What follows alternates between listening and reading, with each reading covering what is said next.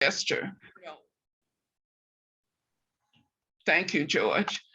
It's important for us to record this meeting because we want to share it with Pastor Vaughn, who has made it clear he cannot be here today.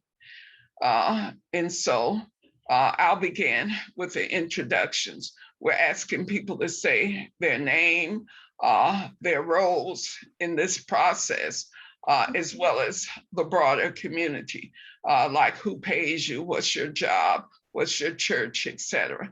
So we have a minute or so for that. And also one important news item in your life that you want to tell about. So I'm Teresa Alameen, and I'm the organizer for the Women's International League for Peace and Freedom, Fannie Lou Hamer branch, which was started here in Columbus a year ago. I'm also the board chair for the Southern Anti-Racism Network. And I've been in Columbus since December of 2010.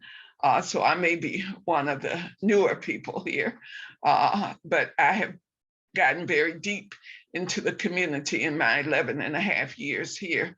And one big news item is that the Women's International League for Peace and Freedom held its 33rd triennial Congress. It was founded in 1915. So every 3 years, we hold these international congresses around the world. This year, we would have been in Australia were it not for the COVID. In 2018, the Congress was in Ghana, and in 2015, it was at The Hague. And so because this Congress was virtual, normally about 150 to 200 delegates travel from around the world into the Congress. The US section is the largest section in the world, and there are about 54 sections.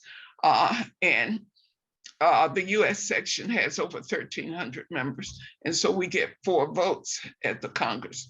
I don't think there's any other section of the 54 that gets 4 votes. Well, the US section, at the participation of me and George Friday, introduced a resolution on the UN Decade for People of African Descent, which began on January 1, 2015, and it ends on December 31st, 2024. And that resolution passed. So all of the 54 sections around the world are asked to support the UN Decade, which calls for recognition, justice, and development for people of African descent around the world, whether they're in Canada, the United States, the UK, Germany, the Caribbean, anywhere in South America. So it's a very big deal. I shared it with the city council. So when we get to my great news about reparations with the city manager, we can talk more about it. I probably talk longer than most of you would want to talk in your intros, but I was kind of hoping Pastor Chester would show up. So we're going to save Kristen and John Wade for last because the rest of us have met before. So we'll go to Pastor Flakes, then George Friday, and then Monica Spencer. So Pastor Flakes, would you introduce yourself? Good afternoon, everyone. All is well. Thank you for allowing me to be a part of this this initiative. My name is Johnny Flakes, pastor of the 4th Street Missionary Baptist Church. And I just say I'm just a servant of the Lord Jesus Christ and trying to make an impact and a difference in our community. I'm in a supportive role. So I'm just, I'm a good follower. So whatever I'm asked to be a part of, I try and follow through with what I'm asked to do. But we are having a citywide, we being our church and others are having a citywide youth and young adult revival starting tonight. We have a wonderful evangelist that's coming out of Macon, Georgia. His name is Paul Little. And this came by way, we've done it for a number of years, but this came by way of, and it's not just for youth and young adults, but it's also for teachers, administrators, cooks, transportation, whoever have a role in providing education and has a hand in educating our children or providing service for our children. We're inviting all from the city, from various regions. And we were told that we give a lot of book bags and we give supplies, and that's great. We will give book bags and supplies away tonight, each night after the revival as well. But I had an educator say, Reverend Flakes, we need to also equip our children spiritually. We need to equip our educators. We need to equip our administrators, because there is a spiritual battle that they are challenged with as they go back into the school system. And so we are very in tune with that. We are tridimensional. We are mind, body, and soul. And so I think we take care of the body, try to take care of the spirit, but we have to also take care of the soul. And so that is the purpose of our revival, dealing with stranger things. Stranger Things is going to basically be the focus. It's a different format. So if you have an opportunity to come by, it is not your traditional revival that you may have in your mind. We will have a DJ in the house. His name is G Phil the Beat. So he will be the DJ as you enter. Our youth will be involved, but also we have very much interactive. We will have a link on the screen. So when he gives his text and give the context, then persons in the audience, we know children or young people or teenagers, as well as college students, and sometimes adults have a hard time asking questions, publicly. So we've made it possible for them to text their question, and it will go straight to his iPhone, and he can address the question that's asked based upon the text that he will use. So if you're able to come by, please come by. We invite you. Everyone is invited. So thank you so very much for the opportunity to share. Well, what time is it tonight? 7 p.m. each night, 7 p.m. Yes, ma'am. We're going to try and be at. Now, one thing, there is a perception that people have that Baptist churches stay in church all night and all day, and we don't. So we will start at 7 p.m. Our goal and our target, we don't rush the Holy Spirit. We don't. We're very, very intentional. But we will try. Our target is by 8:30, 7 to 8:30 is our target. So please come, and we'd love to have you. Well, I'm thinking about bringing a parent and her 3 children who are like 6, 8, and 12. Be awesome. Okay, well, maybe I'll see you tonight. I'm a little COVID phobic, so I hope I'll be wearing my mask and everybody I'm with will be wearing theirs. No, we ask that you wear your mask, and also there will be a temperature check, and we have enough space. I think you've been there you can have a pew by yourself, or you can go up to the conference. So that space is not a problem. Well, but we do ask you wear. And I trust it'll be kind of casual, so we can kind of dress like you're dressed. Yes, ma'am. There is also that perception that in order to come to the Fortune District Baptist Church, you got to wear a hat, and you can wear whatever, you can come in jeans, you can come in, what I'm wearing. That's what you see is what I'm going to wear tonight.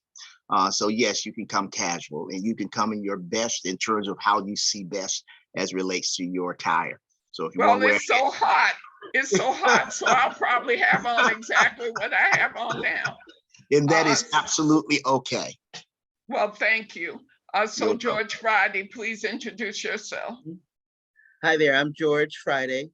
I also am a member of the Women's International League for Peace and Freedom in the North Carolina Southern Piedmont branch, which is about a year old.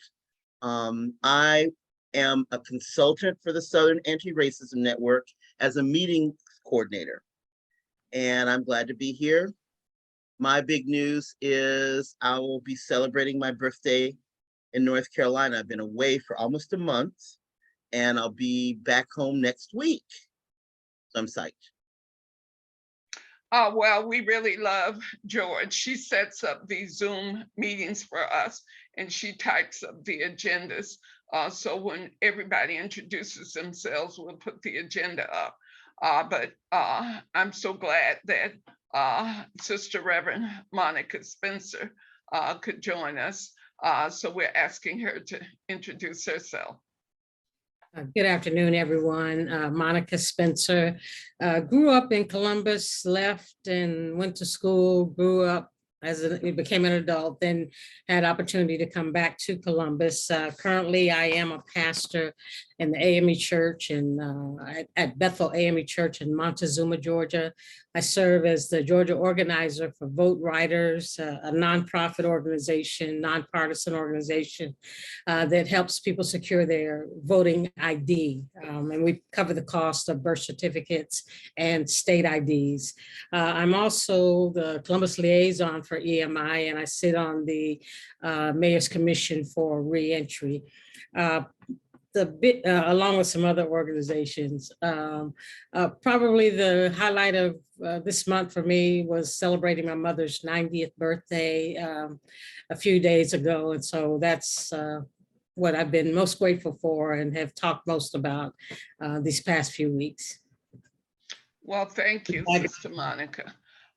And now next, which is a good segue, because we have the chair of the Mayor's Commission on Reentry, who's joined us today. This is her first time with us. So Kristen Barker, please introduce yourself. Thank you, Teresa. Yeah, I'm Kristen Barker, and I am currently serving as the chair for the Mayor's Commission on Reentry, and have the pleasure of seeing Monica quite often. And happy birthday, George, to you. We are working together with others in the community to look for ways to be connected, to stay connected, to make sure that people who are exiting incarceration don't fall through the cracks, but end up with the resources that they need to effectively transition in a very positive way back to our community, because we want everyone to have a second chance. And so that is a huge part of what we're doing. I'm here today because Teresa shared that there is an expungement event being planned in August, I believe. And so I'm just here to learn about that and see how I and we can step in maybe and support that event.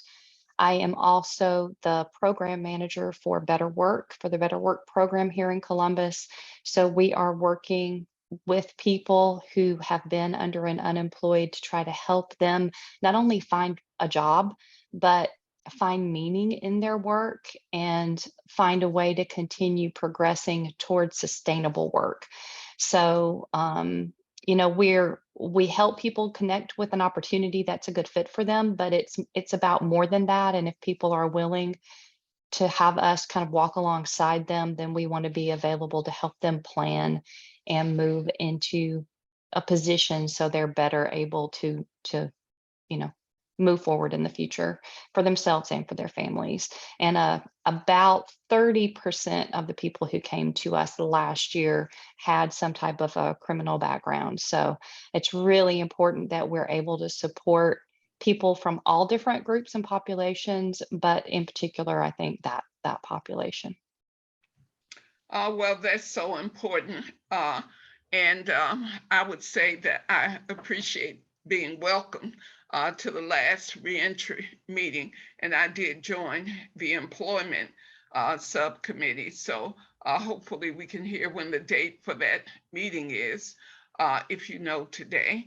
And also Sister Monica, I believe, is on the Faith Committee of the Reentry Commission.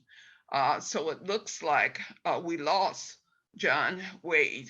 I do know he's with the Sheriff's Department, but George, if you could put up the agenda and we can handle the items we can handle, because we will not be able to handle the expungement item because Pastor Chester is not here and he didn't respond to my text yet. So we've done the introductions. The expungement item was next. So we'll move to an update on the January EMI conference which we will get from Sister Monica Spencer, since she's our liaison to the conference. Okay, Sister Teresa, I don't have information in front of me. I don't have anything in front of me. I don't have any of my notes. So hold on, let me see if I can pull something up.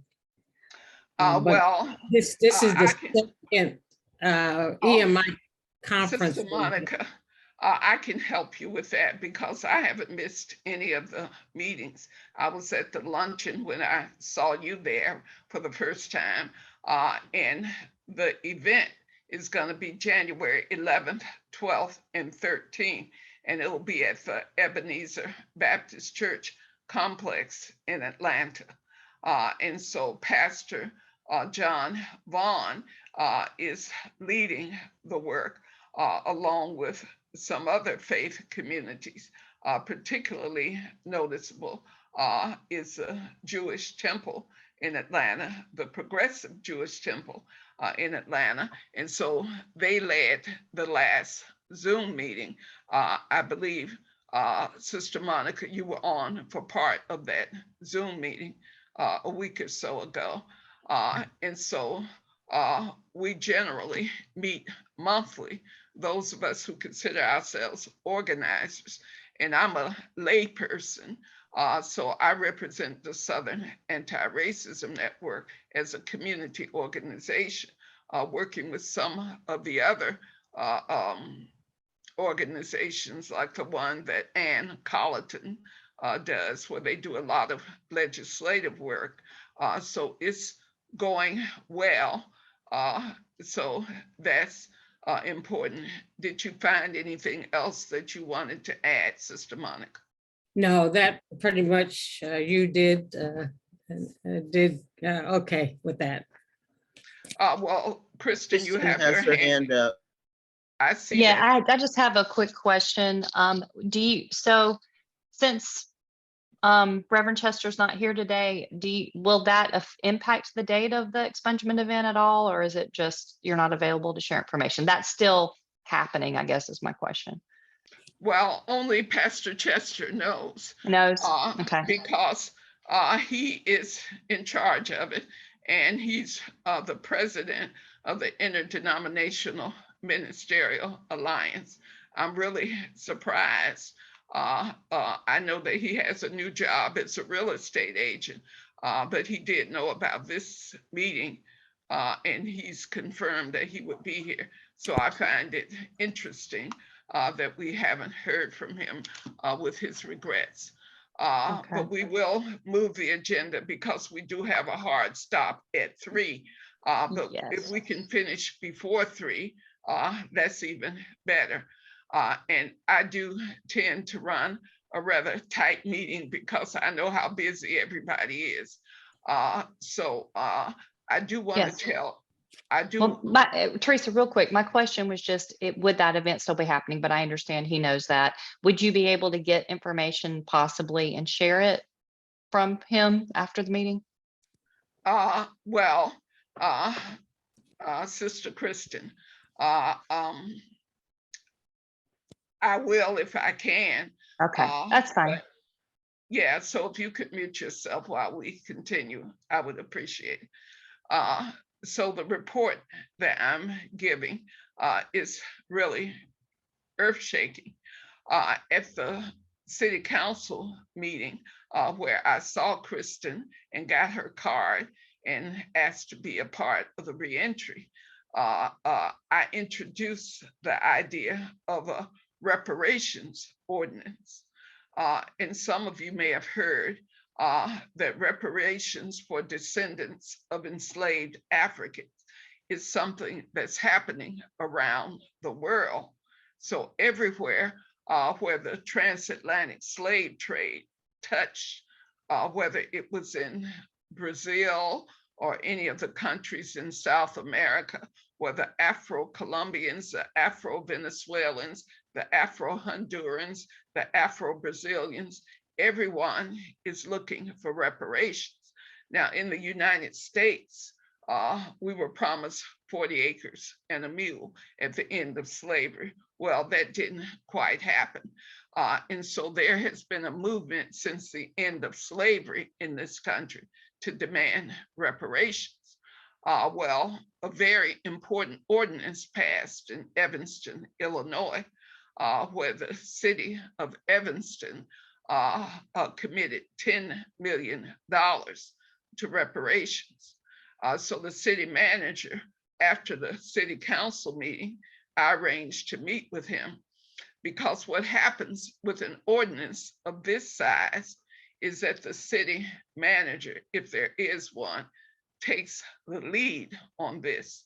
So my conversation with him this morning was where he stood on this. And his initial response was, it's a heavy lift.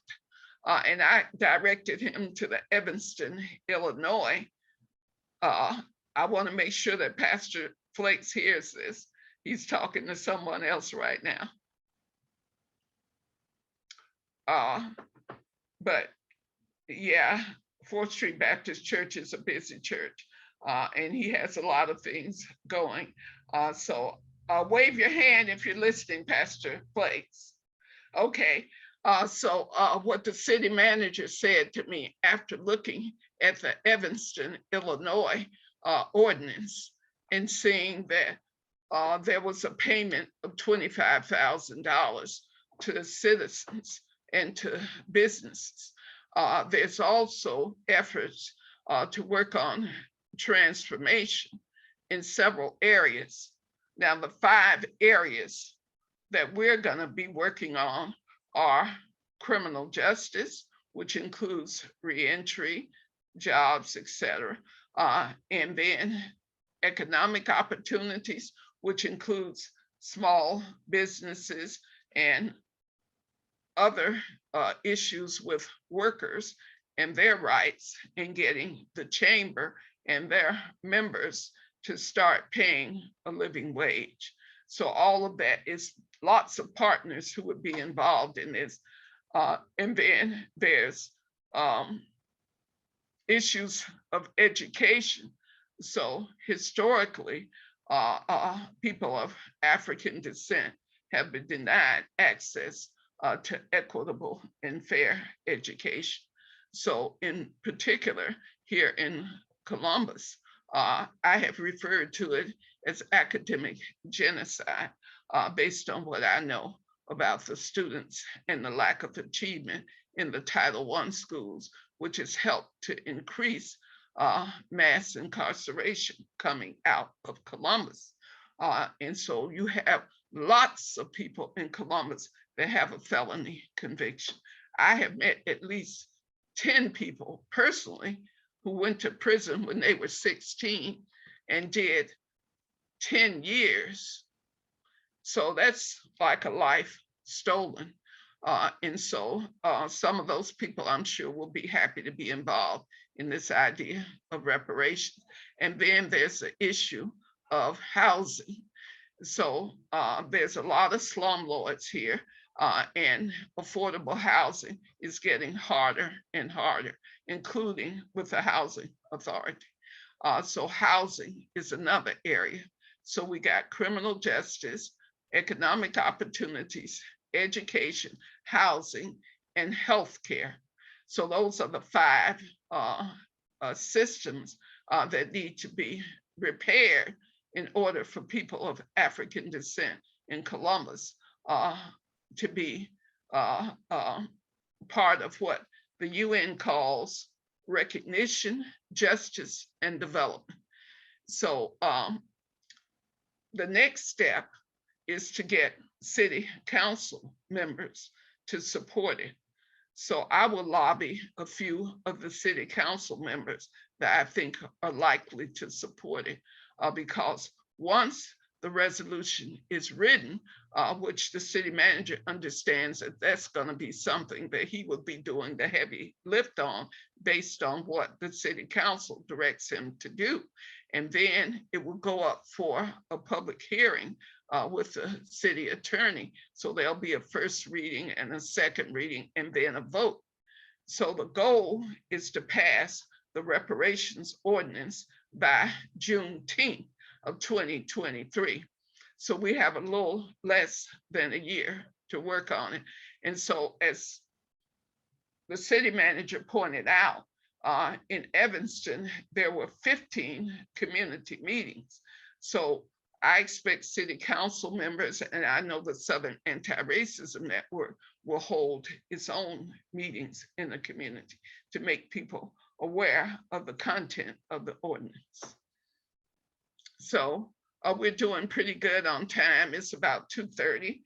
So let's open it up for questions, because I would like to expect some questions about this. Well, let me put you on the spot. Do you support it, Reverend Monica Spencer? Unmute yourself so we can hear you. I, of course, would like to know a little bit more information and how the funding would be allocated to address those points, whether it would go to one organization or allotted to several organizations. So, you know, as more information comes forth, I'll probably have more questions, but yes, I would be in support of what I think I'm hearing, a collective reparation for the citizens of Columbus. Yes. And so, Pastor Flakes, I know you've heard of this before, because many churches, what we see happening now in Canada is that the Catholic Church has apologized to the indigenous people. And I can tell you, some years ago, the Catholic Church internationally introduced an apology for its missionary aggressions around the world. And the Catholic Church in Durham paid reparations to the city of Durham of $3 million, which set up an amazing community center where any of us can go there to hold meetings. So I do know what reparations looks like. It comes from churches, it comes from banks. So lots of reparations are being paid around the United States right now. The Chase Bank is paying reparations in New Orleans right now. So Pastor Flakes, what do you think about the idea of reparations in Columbus? Oh, I also would take the same position as Reverend Monica Spencer is. I do support reparation. I mean, without question, I do support reparation. I think Columbus would be one of the ones that would actually have the history in terms of that would validate and justify the need to pay reparation, because it was a Confederate city that supplied the Confederacy in terms of ammunition. So it was a bed stay for the Confederacy. So in terms in slavery, so in its history, the question becomes how that looks. I think that's one of the things that on the national level, world level, in terms of how would reparation look, particularly within America. And so it is not just, creating and establishing buildings. I think reparation has to be very much of a benefit in terms of helping to give an upper, if you will, hand that allows those of our forefathers and foremothers who were descendants of slavery and the impact of slavery would have opportunities to become a part of this wealthy country in which we live, this city in which provides resources to sometimes those who may not have resources in terms of access to banks, access to loans, access to various resources that's needed in order to make sure that we have an equal playing ground around education, providing resources or providing opportunities for children to have the same types of access to resources for education. So I would just like to know exactly how that will actually look, and who's going to be, if you will, the gatekeeper for that reparation. Who's going to be at the table to craft it? You're on mute. You're on mute, Sister Elamine. I'm sorry. Before we hear from Kristen, because this needs white allies. Even though Columbus is a majority people of color city, we learned that from the last census.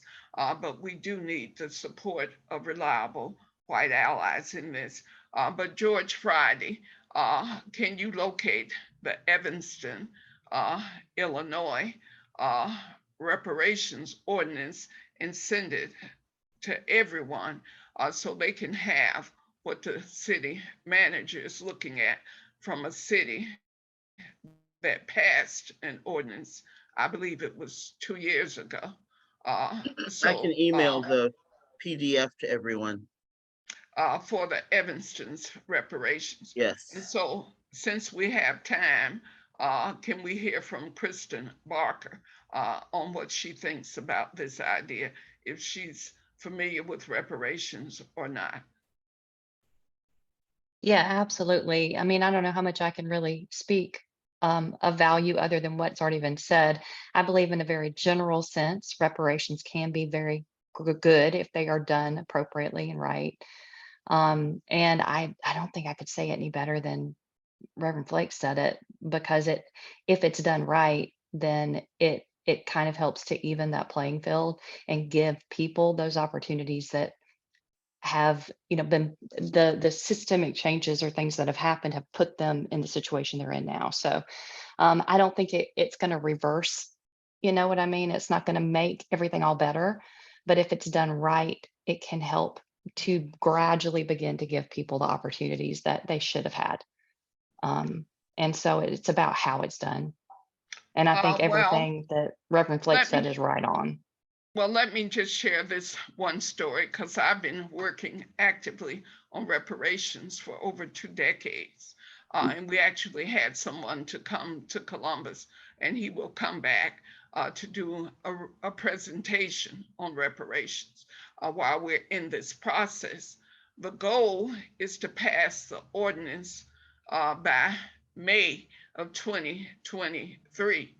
So we have about 10 months to work on it, to educate people about it. And we've already started with the city council. So Johnny Warner, who is our community historian, Columbus was founded during slavery in 1828. So he came up with all the atrocities that have occurred since Columbus claimed to be a city, including the lynchings and all the other stuff. The one thing that we know from the 2025 work associated with the chamber is that child poverty is at 30% in Columbus. And so one of the things that Council Member John House and Sheriff Countryman and I have been doing, there's a book that's put out by a congressional unit on how we can reduce child poverty by 50% in 10 years. The book costs $70, but it's worth it because it is a roadmap for how we can do it. Because what I know about reparations and the people I know who work on it say it's not just about a paycheck. Sure, people expect to get a stimulus check, but more importantly, Kristen, it's about a transformation of society. So how do we actually end mass incarceration? That's a part of reparations, ending mass incarceration and making sure that people who are formerly incarcerated will actually have jobs. So we're talking about system change. And so it's already underway, but we want to put a real plan together, which in my vision will be a 10-year plan. How can we reduce child poverty by 50% in 10 years? So this will be an ordinance that will expand 10 years. So there will be a need for the city council to vote annually to renew it and to make sure the resources are there. So that's how the process works. And I've done ordinance of this type in Durham, North Carolina, and in other places. I'm from Atlanta. So there are people who are working on an ordinance of this type in Atlanta as we speak. And so George Friday, who's in the Charlotte area, they're working on it there. So there are people working on this all around the country as part of the Women's International League for Peace and Freedom. We're committed to reparations now. So George, whenever you get a chance, make sure you send it to me so I can forward it on to the city council. But the city manager already has the ordinance. So George, we're just talking about you emailing it later to the members who are on this EMI body, and of course to Pastor Chester and to James, is it John Wade, so that everybody has it as part of this agenda and this discussion. So the next item on the agenda, before we do the announcements and decide when we'll meet again, the next item. Can I, this is Monica, just add a couple of things around reparations. For me, money is great and wonderful, but if we are able to get commitments from the government and from business owners in lieu of financial gain or givings, establish, a block of jobs, establish scholarships, establish, houses, etc., in lieu of, let's say, financial reparations. That's one thing. And secondly, as it relates to education, the educational component will be multi-pronged. Not only do we have to educate the community, but I think even as people of African-American descent, there's a level of education we need to receive and attain. So, and we can talk more about, I can share more about that, but education will need to be multi-pronged in this process. Well, Sister Monica, your one opinion is your one opinion, and there will be plenty of opinions. And for those of us who have been working on this for many years, we understand what it can look like. And it is about a paycheck.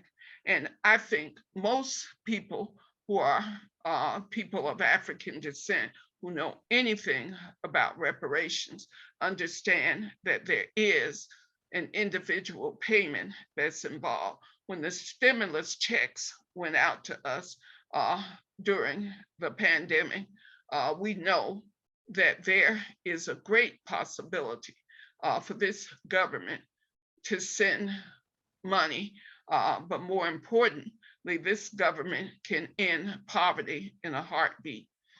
This year, the Congress voted $839 billion for the Pentagon.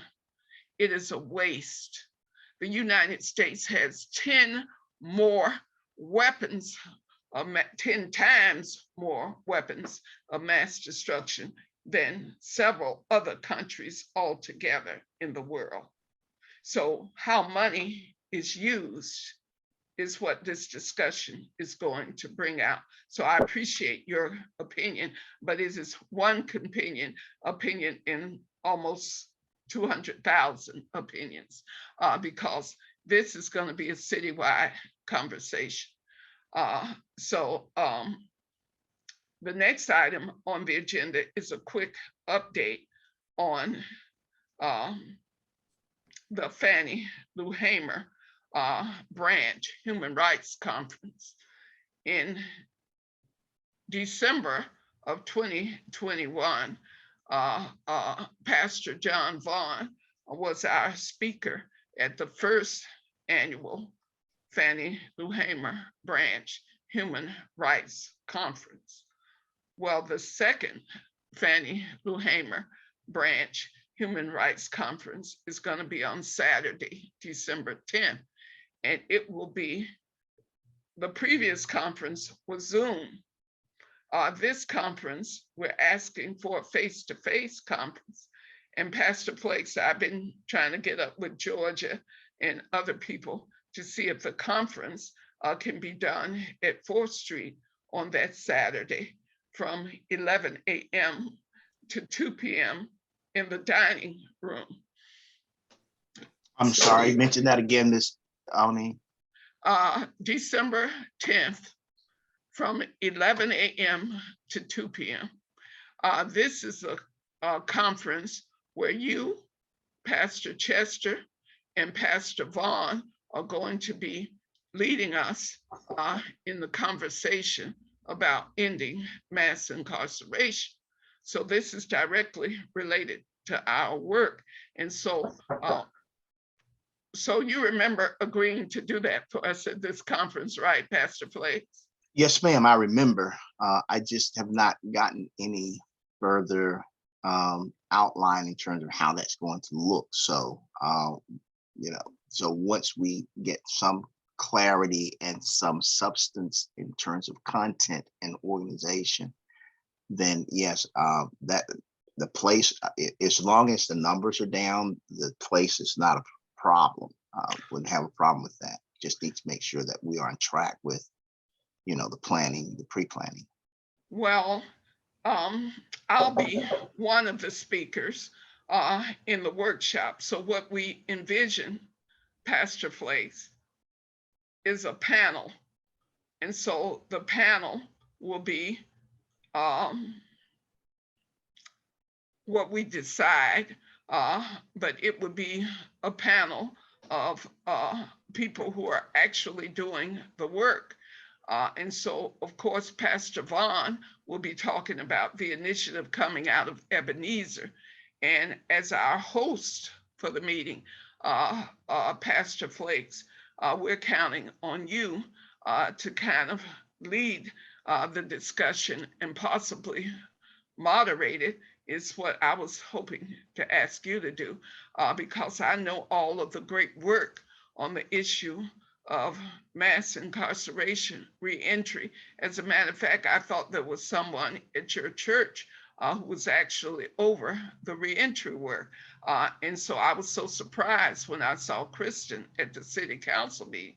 So it would be a way of talking about what we've done. And of course, if the expungement event happens, we will be talking about what happened. And there may be an expungement component to the conference where there will be a side room where the district attorney and others can be there helping people with felony convictions. And so, of course, there will be lunch. And so the Southern Anti-Racism Network will pay for the catered lunch for everyone who has registered. And so I'm not sure where the lunch is going to come from, but I know that you have a great setup there in your dining room. So we'll make sure we have plenty to drink, and it'll be close to winter. So we may have coffee, but we also may have cold drinks like lemonade and tea, and we'll probably have salad, and we'll probably have the usual kind of chicken and stuff. We'll figure out a menu among us once we decide on the caterer. And if the church has a caterer that you prefer using, I would like to know that, because we would use the church's preferred caterer for the event. And the Women's International League for Peace and Freedom gave us a grant of $1,500 for the conference last year, and we used it to pay speakers. For this conference, we don't need to pay speakers so much, but we will need to pay for food. And so we're going to be asking for a grant in October. And so before the end of October, we'll know how much the grant is. And so we will make sure that the church has a donation for hosting the event, and then we will pay for the catering of the event. That's how we roll, Pastor. And so we never asked the church to host an event without some sort of donation to the church. And so usually we donate $100, but we'd like for it to be more in this case, but we'll figure out the budget later. But that's what we're asking of 4th Street Baptist Church, because I know, it's like my kind of favorite kind of place to be, because it is so big and you have so many resources. And so that's the plan up to this point. But in terms of content, I think we already have the content based on the work that you've already done, the work that Pastor Bond is doing in getting us ready for the conference. Because one of the strategic objectives of the Fannie Lou Hamer Branch Human Rights Conference is to mobilize for the January conference so that we can get buses to commit to come up there, so church bands, etc. So are you getting me, Pastor Flakes? Ma'am, yes, I said, are you getting me? How does it sound? yes, ma'am, I am. I think the logistics we can handle. I would just, I would just leave the content to the pre-planning.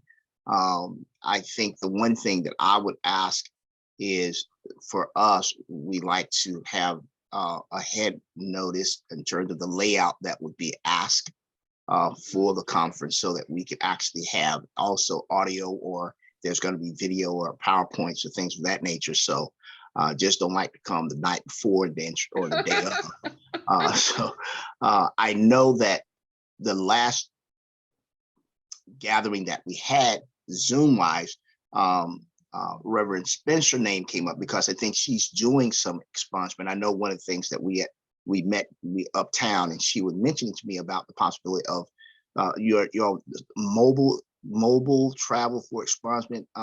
Reverend Spencer, was that something that we had discussed that you all are in the process of also doing? I know we had talked about she would be an excellent resource to talk to about that particular area.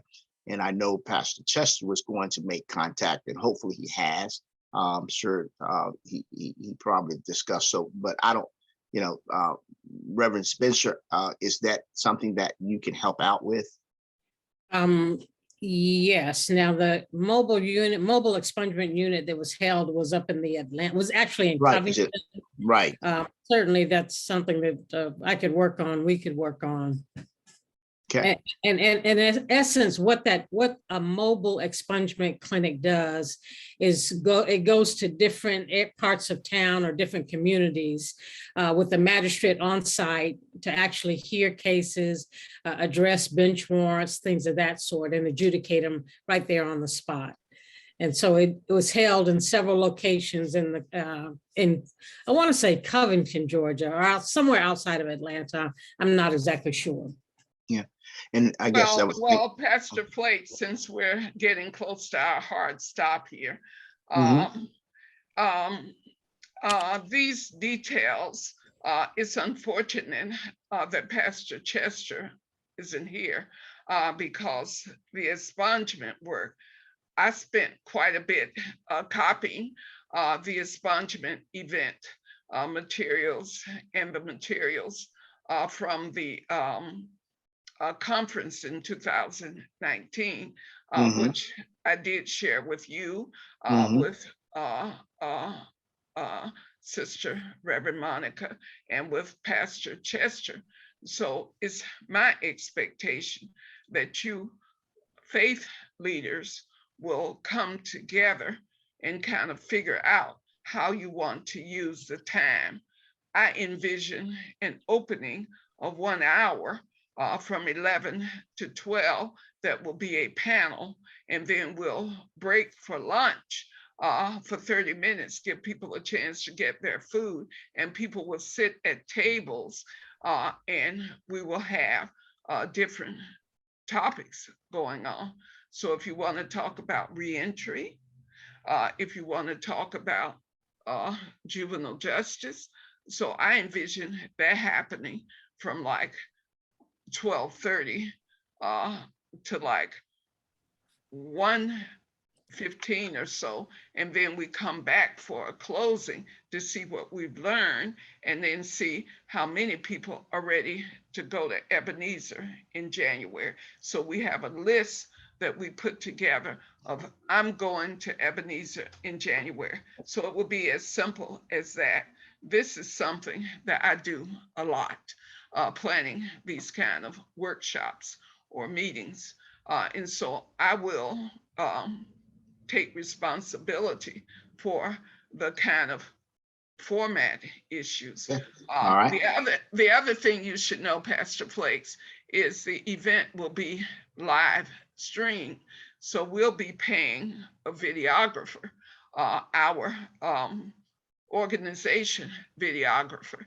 His name is Kareem Moore, and he has a company called Take That Media. So we pay him to come in to do the videotape. So we'll have a record of it, as well as it'll be live streamed on Facebook to the Southern Anti-Racism Network group, which has over 2,200 members. And so it'll be live streamed to the Columbus Organizing Together group on Facebook, which is a private group. But Kareem is a administrator in that group. So he will be able to live stream it to these, and these are folks who are basically all from Columbus. So it's school board members and city council members, as well as general grassroots people. So that's how it will get out. And so we'll be ready to go to Ebenezer in January. That's really the object of the workshop. Yes, ma'am. Okay, so Pastor Flakes, if you could just repeat your announcement about what's happening tonight and how many days it's going to be going, so I can start mobilizing my parents so that we can start, because if they can't come tonight for some reason, then maybe we can come tomorrow night or the next night. So how many nights will it be?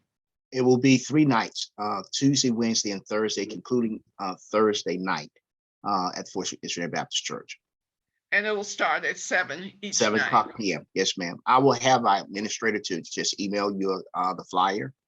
Oh, wonderful, because I could get it around to the parents on email, because I'll get it to the housing authority, because we have an MOU with them.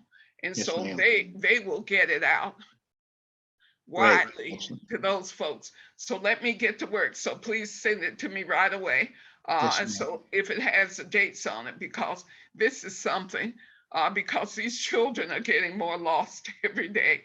And it's just crazy what's going on at Wilson and at Elizabeth County with all the gun shooting, and it's just crazy. I was looking at my news reports, and there's a shooting on Victory Drive just a little while ago. So we've got to get it together. So our final item is, when can we come together again? And so we like to do these meetings kind of monthly, but I'm really concerned about the expungement event. So I would like for us to try, if at all possible, to get back with Pastor Chester. So if we could say what available dates we have next week and the week after. So I'm looking at the week of August 1. And so the 4th is of August at 2 p.m. is open for me. There's going to be a Stop the Violence Unity action at the Government Center on that day from 11 to noon. So George, if I can just ask you, Ms. Elamine, if you can just have Sister Friday email my, what did I do? You mean Georgia? if Miss Georgia can actually email my administrator, and she'll tell you what dates that I have available based upon the dates that you provide. Wonderful. What about you, Sister Monica, because you're driving? I'll be traveling on Thursday. Actually, I'll be out of town.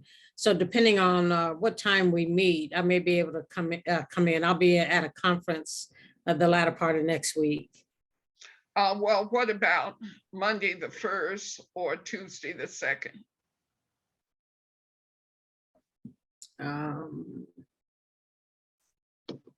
Monday would be the better day. Well, I'm definitely completely open on Monday the 1st. So George, would you be able to set everything up for us?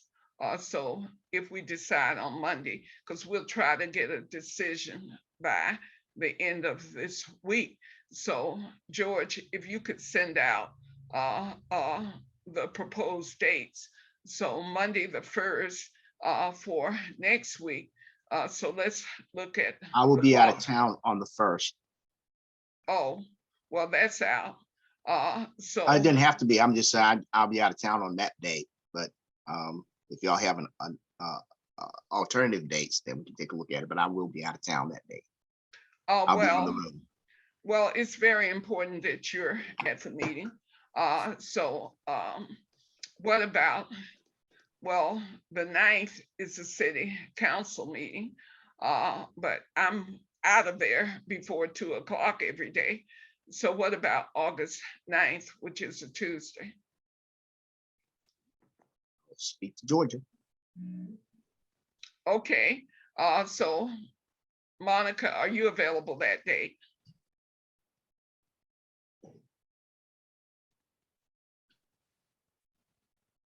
We're talking about a 1-hour meeting from 2 to 3 on Tuesday, August 9th. I can't hear you. Unmute yourself. I do have a meeting on that day, but I'm not sure of what time it is. So I'll let you know as soon as I can, as soon as I find out what time that is. Well, George, if you can email people with August 9th, because we're getting too close to whether or not there will be an expungement event. So the main item on the agenda for August 9th is for Pastor Chester to tell us if there is an expungement event or not. Because, and I will get up with him, but George, we're proposing August 9th at 2 p.m. Okay. So we've gone over. So we're ending because Pastor Flakes is having a very busy day as usual. So what's the message in the chat, George? Ma'am? It's from Kristen that she needed to step off the call. Okay. Thanks for including her today.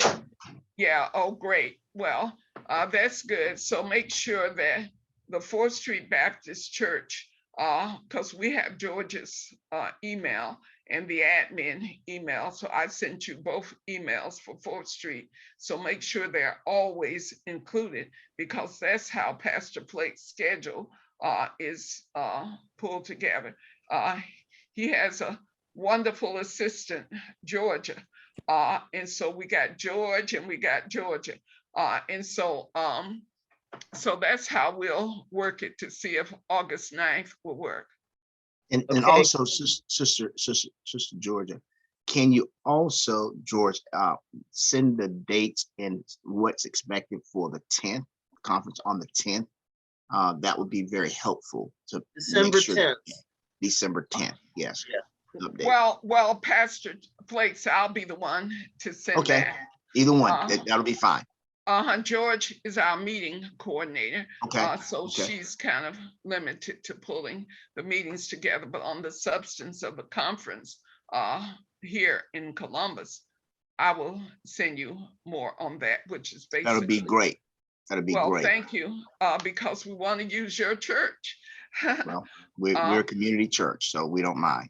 and we love you. And I will see you later, whether the parents decide to come or not. I want to be there on the first night to see what's up, and I'm COVID phobic, so I want to have my pewter myself. You're more than welcome to have it. All right, bye. Bye bye. George, be sure to save the recording. Yes, ma'am.